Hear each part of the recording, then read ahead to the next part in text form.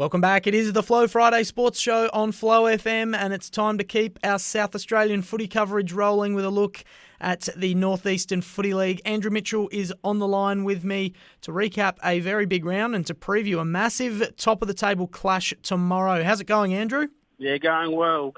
Beautiful day out here, a bit breezy, but warm, yeah. Very nice. Good to hear. Hopefully it's good weather for everyone taking the field tomorrow, and we'll get into tomorrow's games in just a moment, especially that big top-of-the-table clash. But let's start with last weekend's games. And, well, those two top sides, unsurprisingly, both had massive wins once again. The BSR Tigers rolling very nicely, 29-13, 187 over South Clare. 1 goal, 10-16. Wayward kicking there from South Clare, but it wouldn't have made a difference when you've got Kyle Blessing on the other side kicking a big bag of 11 goals.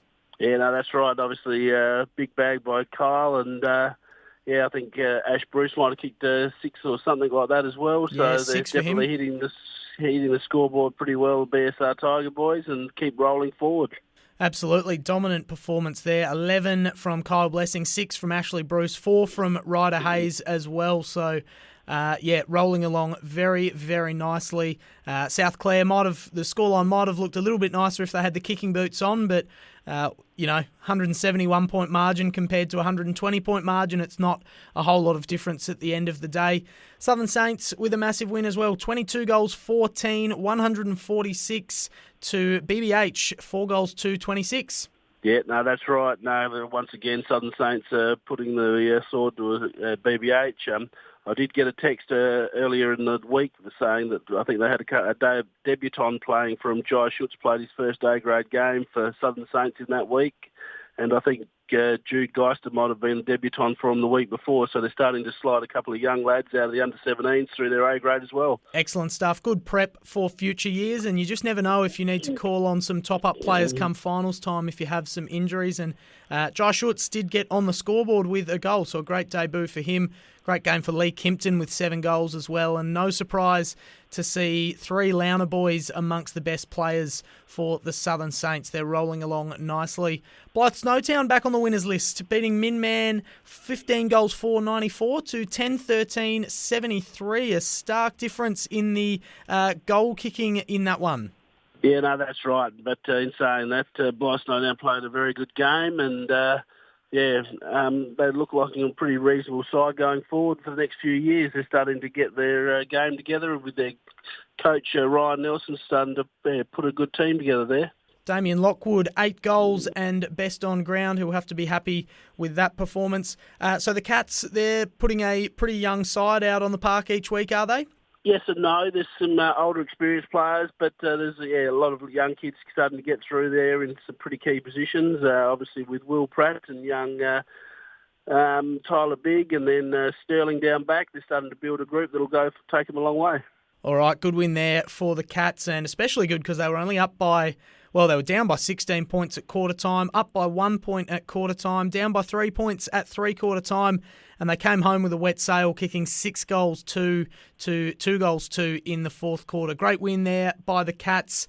Nice win by the RSMU Hawks as well. Bit of an upset win, you could say, over North Clare. 12 goals, 678, 8-7-55. Calling it an upset might be going a little bit too far, but really nice win there from the Hawks. Yeah, no, that's right. No, they've just, nearly almost... I think it's only a mathematical impossibility that they don't make the finals now. So they've almost secured a top 4. By doing that, by winning that game. North Clare, I think, lost the last 2, which they'll need to rectify that before finals. Absolutely, they will, and finals aren't too far away. We do still have 2 weekends left before finals, though. Most of the other leagues we cover are well into finals or have sort of just wrapped up their season, so the North Eastern League a little bit behind in that regard, but it'll all come out in the wash over the next few weeks anyway. Big game this weekend, BSR Tigers hosting the Southern Saints.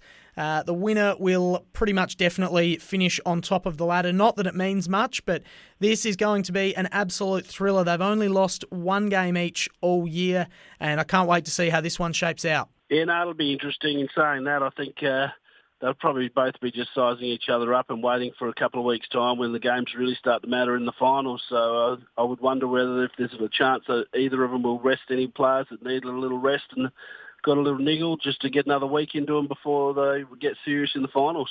Are the coaches of those respective sides likely to play a few chess games, do you think? Maybe try and play a few mind games, get in their head before probably playing in a grand final in a few weeks? I think that they've got a couple of weeks before they have to worry about that stuff. I think their main concern will be making sure they get through injury-free and resting anyone who needs to have a little spell. All right, that's going to be the match of the round, no doubt about that. Not a bad game shaping up between the Minman Eagles and the RSMU Hawks as well. Good chance for the Hawks to keep rolling. Yeah, no, that's right. I think, as I said a minute ago, I think they've basically secured the top four. I think there's just a teeny pulse with Minman if they can win this one and then beat the Southern Saints next week and improve their percentage so they could make the four, but that's an unlikely result. So RSMU, I think, will be the stronger team tomorrow at Manoora. All right, and we've also got North Clare have a really good chance to get back on the winners list and find a bit of form going into finals. They're hosting BBH. Yeah, and I'd expect North Clare will get that win and, hopefully get some consistency back in their performance. They need a win here. They've lost the last two before playing South Clare next week and before the finals. So they need to get back on the winners list and roll into finals with a bit of confidence. And we've also got Blythe Snowtown looking for their third win in a row. We saw this in the first round of games earlier in the season. They didn't win for 5 or 6 weeks and then they rattled off a few. That was just the way the fixture fell for them, and it could be a chance to happen again here. They're hosting South Clare. Yeah, no, that's right. No, I think that would be the case. Blythe Snowtown are looking pretty good at the moment. I think they're in 6th spot and they'll probably beat South Clare. South Clare are starting to, develop some juniors, as I've said all year, but Blythe Snowtown will be too strong in the ruck with Will Pratt, and going forward, obviously Lockwood had a good week, and he'll be looking for another big bag up forward. All right, massive round ahead in the North Eastern Footy League. Can't wait to see how that top of the table clash between the Saints and the Tigers shakes out. We'll have a look back at it when we chat again next week, Andrew. Thanks very much for your time. Have a good weekend and enjoy the footy. Will do. Thank you.